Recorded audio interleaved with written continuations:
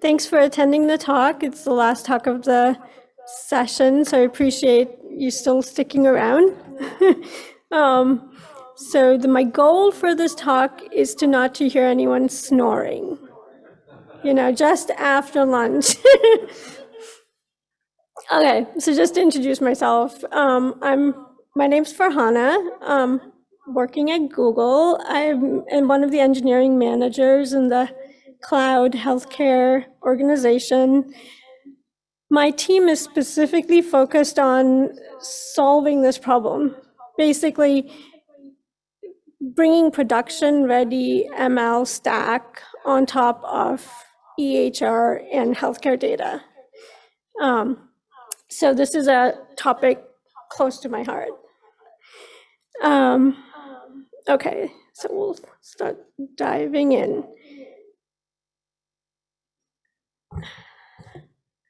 So I'm sure this is not a surprise to everyone. There's a whole range of use cases for ML out there. I've just listed a few, anywhere from complicated things like assisting robotic surgery to just making administrative tasks easier and more efficient. And as you can see, there's a ton of research in this area. There's just a sprinkling of examples here. But what we see is very few of this research actually makes it to production and impacts, actual clinical and production workflows in healthcare. So what are the challenges? Why is this so? What will actually take to make more clinical impact? Well, one of the things that FHIR has done has made data interoperable. But what's not there is that FHIR doesn't still support anything related to ML and any of the artifacts that an ML workflow generates, right? So what's actually missing is this AI interoperability support in FHIR, right? Okay, so let's dive into this a little bit more. Okay, what can we do to make this standardization possible? So I break it down into basically 3 areas. There's the data aspect of it, there's the model aspect of it,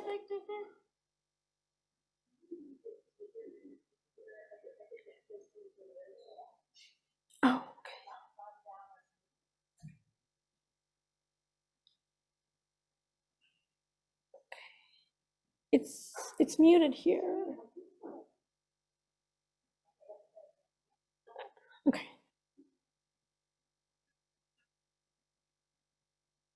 So does this work any better? I still hear an echo.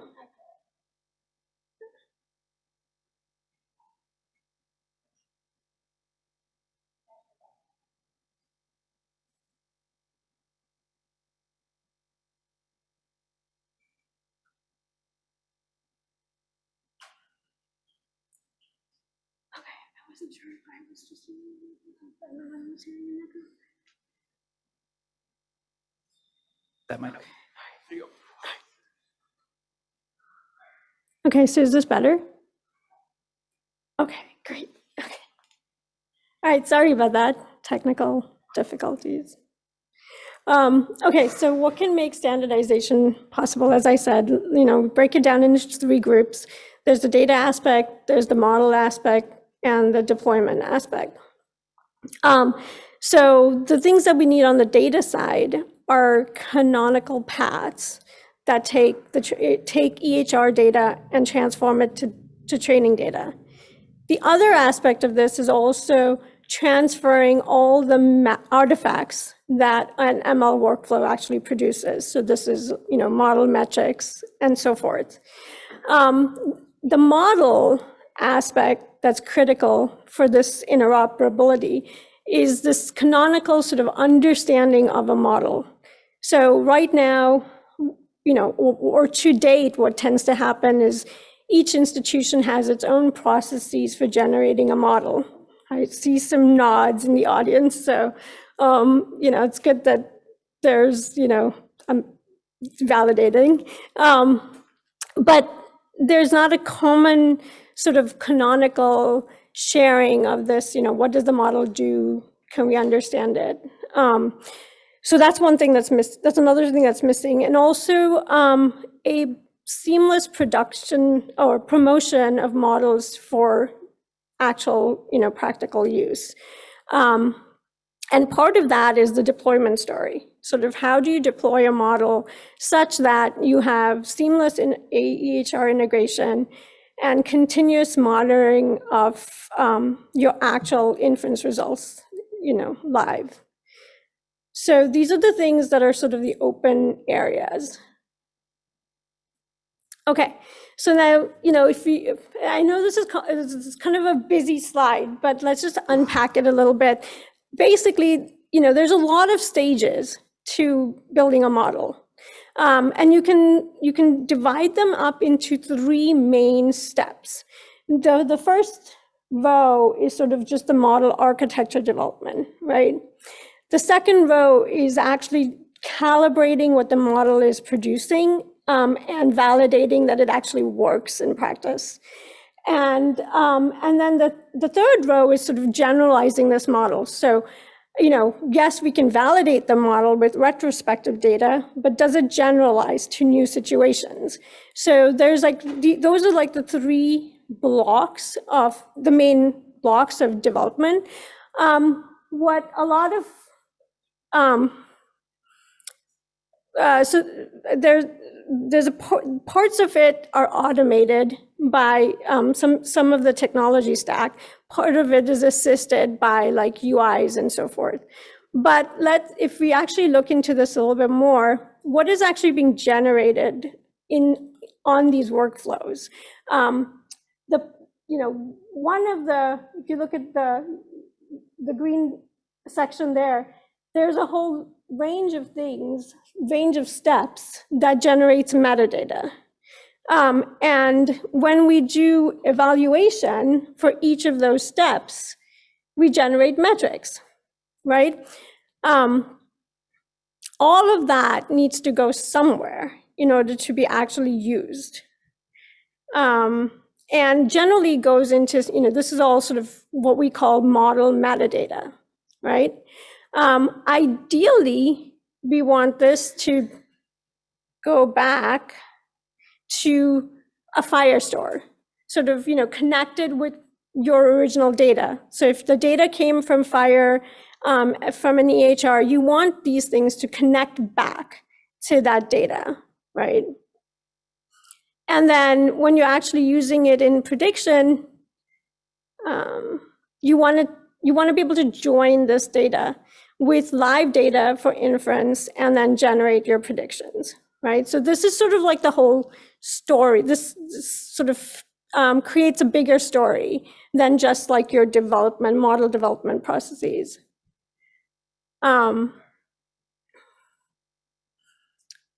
So let's unpack this a little bit. We said, okay, we generate all this metadata, we generate these metrics. What does that actually mean when you actually work with models?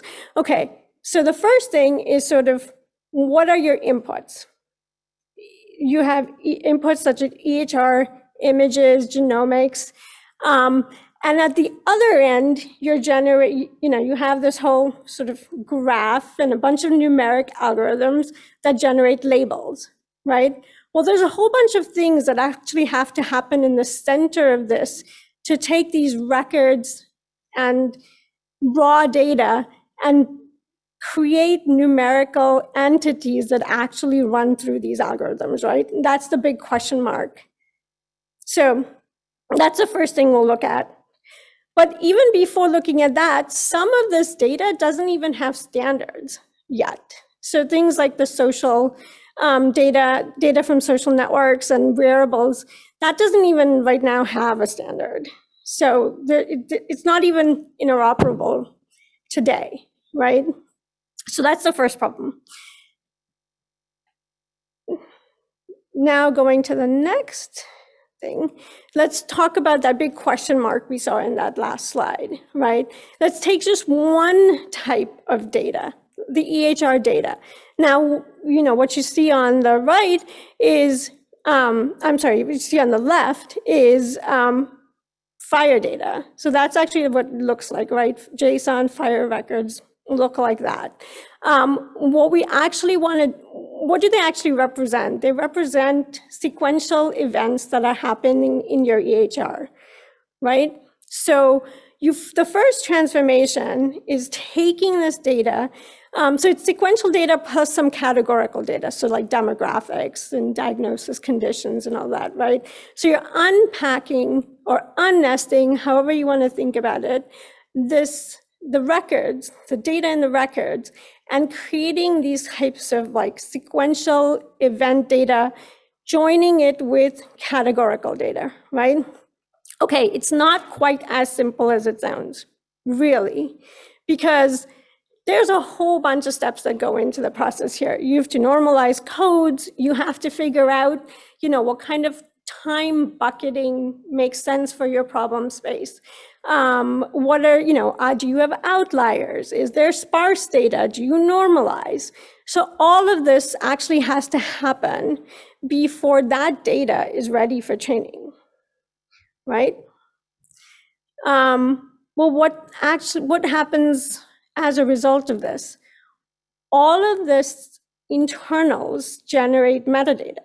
So what are your normalization parameters? What kind of outliers did you remove? All of that generates a ton of metadata. You need that metadata when you're going to go predict with these models. Where are you storing this metadata? This is where FHIR could come in, right? This is one of the sort of data items that we need to be able to support. Okay, so I just talked about EHR. And then you saw my first graph. There's a whole bunch of other data sources. Let's talk about images, for example. Image is a whole different beast than EHR and structural data, right? When you actually create signals from these images, there's a whole nother network, or model network, that actually takes bytes and creates signals that then you can, put into join with structured data. And this, a common way of thinking about this is like taking your images, creating encodings, and then have some kind of output that is a signal. Well, that also, and the standard way of doing this is transferring learned models for this type of encoding to work. Well, that also creates metadata, like what is this transfer model? What are the hyperparameters, or where does it come from? How are you pulling it in? There is a whole bunch of metadata there. You also need that when you're serving your model, because if you're taking live imagery, you need to go through the same kind of networks. So this is another sort of example of metadata that you need to be able to support. Okay, so that was, now let's talk about sort of like your model. So that other piece where we said model architecture was a little bit of a black box. Well, what is actually in that black box, right? It could be a whole bunch of things. It could be any of those types of, models. Are you actually going to try all of those? Probably not. There's techniques out there like AutoML or like model architecture search that like help you understand what is the best, and actually, automatically pick a good model architecture for your problem space. Well, if you don't even know ultimately after you train what model architecture you're going to be, actually picking, under the hood, because it's done by AutoML, well, you're going to have to somehow store that, right? Like the system has to, the techniques you use, or, for serving, you have to be able to sort of store that information somewhere. So these are like the tune parameters, and like which architecture actually, which version of that architecture got picked, right? So this is all, again, a bunch of metadata.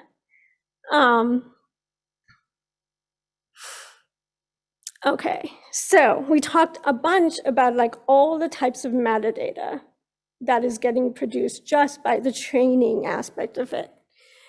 Now let's look at the metric story.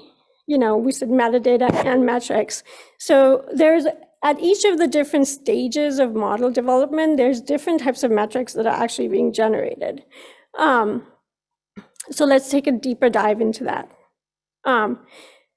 One of the things that you will see specifically for medical use for the healthcare community is understanding, specifically for models that are being used in a clinical setting, you might want to understand the risk stratification of making these predictions. What are the patient cohorts that actually benefit from the model and the inferences? So this is also very, very key to clinical suitability, right? You can't just infer for every patient, every model. There's different levels of sort of suitability. Let's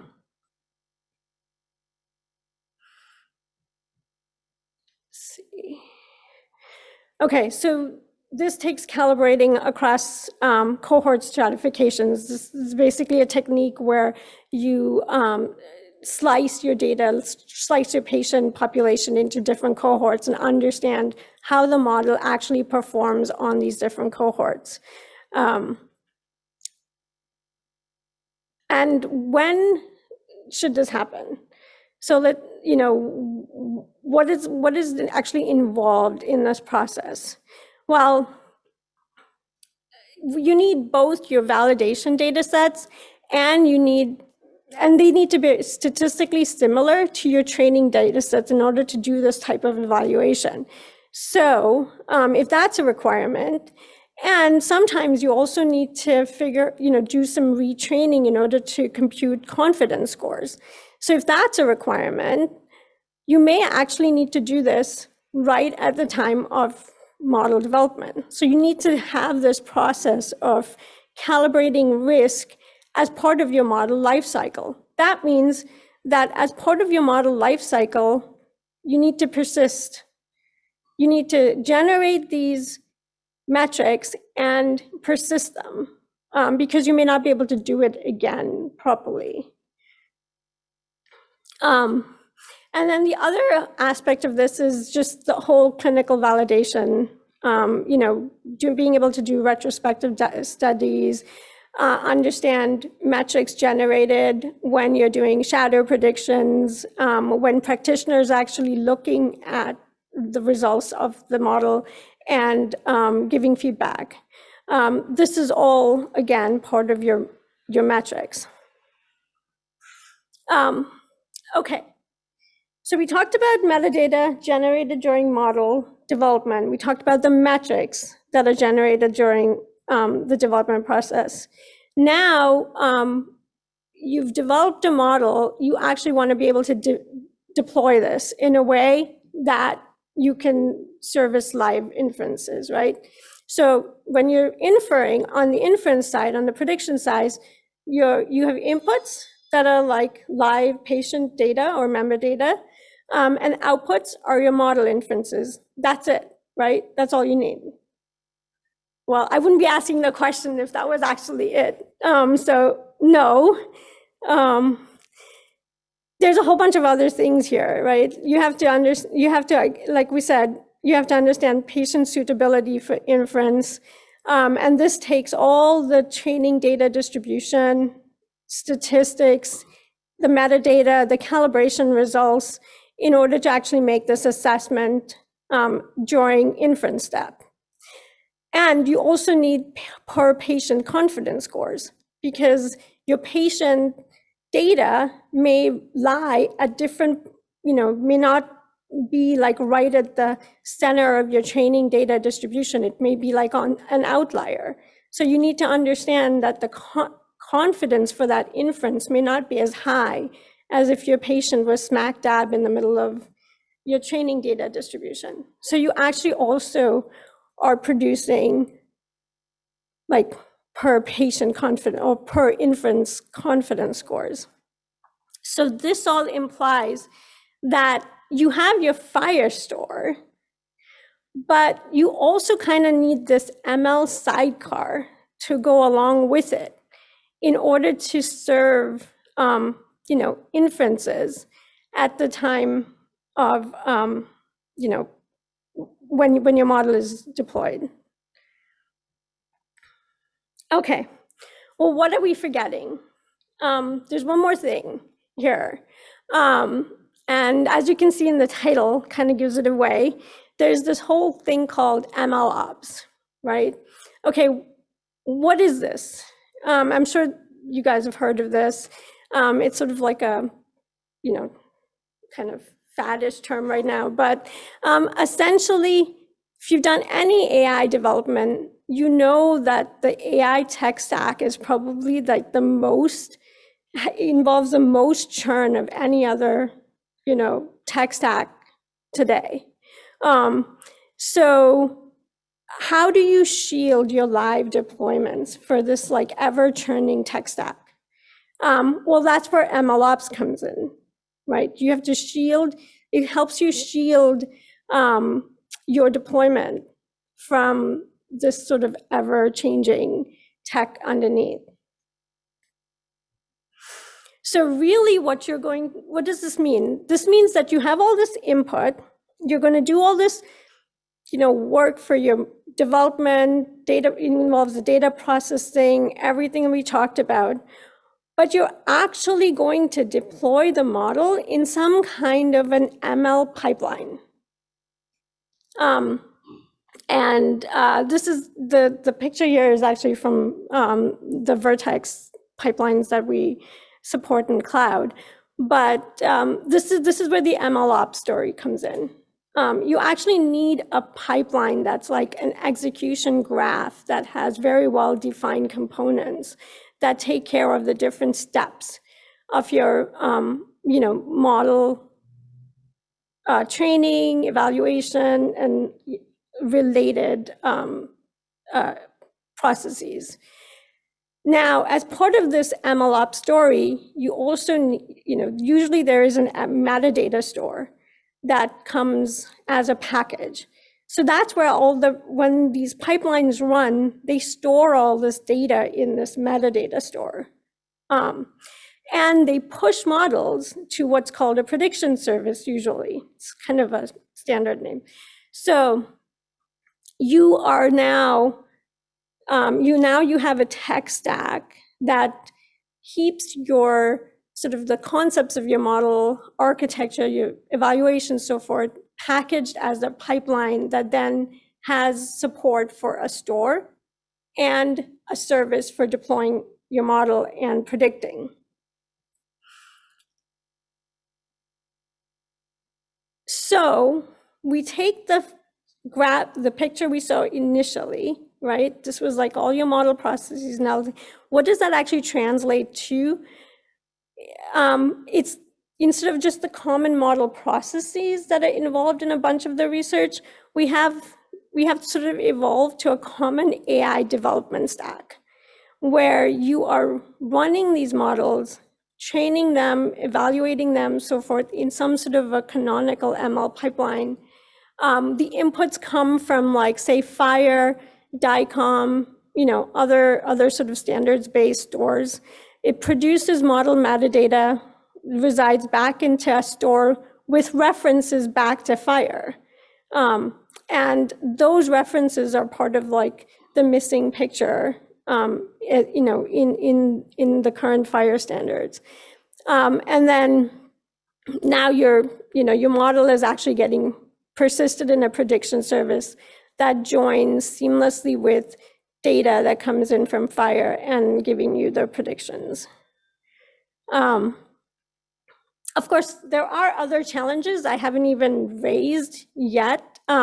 Things like EHR integration, continuous predictions, retraining your model with new data, and privacy guarantees. So there's a whole bunch of other items also that we haven't touched on. But this is sort of like just setting the framework of the kinds of things that would be good to support for AI interoperability. And that's all I have in terms of material. So thank you for your attention. No snores, so great. You all passed. But I'll be happy to take questions.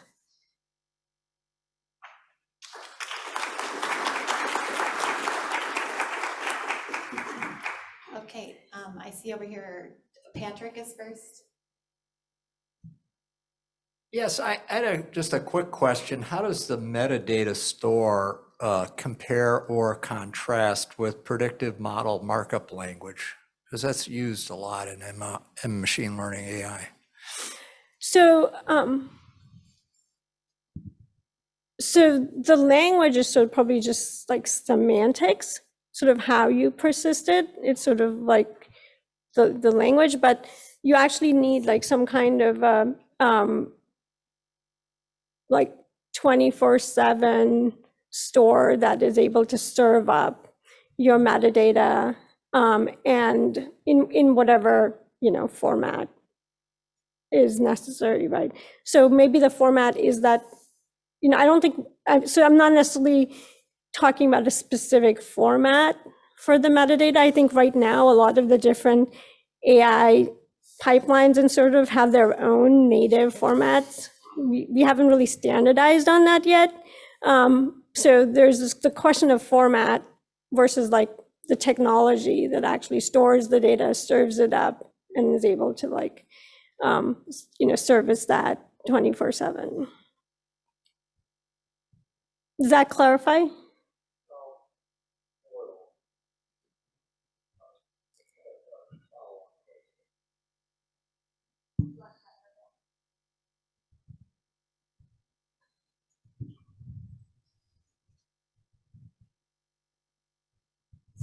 The other question I had is, why does the model metadata have to be stored in FHIR? I mean, I'm not even sure there's FHIR resources to support it, but is there some reason you think that's the best place to put it? Right, and so that's actually a good distinction, and thanks for raising that. I do want to make sure that this is a little clear. So I wouldn't advocate storing the metadata in FHIR.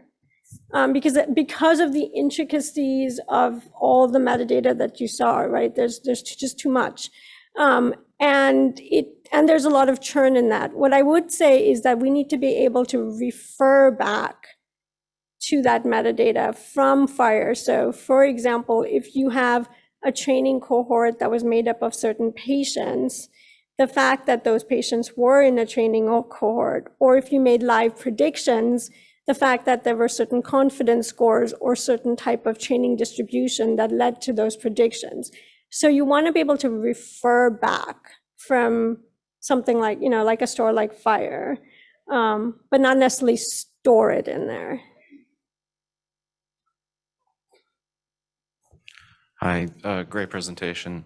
I have somewhat of a similar question around relating back to Vivian's presentation on storing the predictions in an inferred entity resource.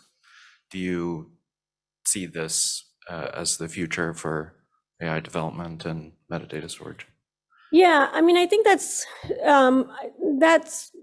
so there's two aspects of this. One is like being able to share the predicted results, right? And that's where like it comes in, whether you store, if you store your predictions back into FHIR, you could potentially serve them back, you know, you could use them, it becomes extra signals. But then you also need to know, okay, what was the confidence, you know, that this was presented, and what was the model version that actually did the predictions? So there's all these other things related to the the actual inference. The other aspect of it is also was like what was the training data consist of? So there's a prediction side, but then there's also like, was this patient in a cohort? And what was this cohort consisted? What did the training cohort consist of? What was the distribution of that cohort? Can I use a model because certain types of patients were in that cohort? Is it suitable for my problem? So there's like this whole other, the training aspect of it in order to make a model actually interoperable, right? You need to understand all that. Right, and for training purposes, one could consider using the research study resource to tag patients that are in a training cohort or something like that. Right, and maybe enhancing that with some more of the, the metadata we would want to, yeah. Thank you. Okay, we had a few questions that came in on Whova, so I wanted to read one of those. I think we have time for just about one more question. How would you build in checks for bias in each of the steps you're talking about? Yeah, so that's a great question. There's a lot of, so I haven't even touched that whole topic because there's a lot there. Ultimately, it all kind of comes down to understanding the distribution in your cohort. And bias is an interesting thing. I mean, there are certain, inherently every data set, it has some kind of bias. It's whether it's like the appropriate, because you're going to have certain patient demographics for certain problems, there's going to be some kind of, a bias. Now, the thing is that actually reasonable or not for the problem you're solving? I think that's the bigger question. And really the way to understand that is to understand what does your training cohort mean and what is the data distribution. Okay, thank you. Do you have time for one more? Sure. Okay, so let's do one more that came in on Whova. And this question says, what are clinical shadow predictions? Oh, right. So that's a term so prior to being able to just serve live predictions in practice, the step before that is actually to serve the predictions, but not actually use it to make any decisions, but rather to evaluate whether a practitioner's decision aligns with the, what's coming out of a model. Mm-hmm. So it's basically an evaluation strategy before going live with the model. Okay. Well, I think with that, I think that concludes our session. Okay. So thank you. Thanks for your attention. Thank you.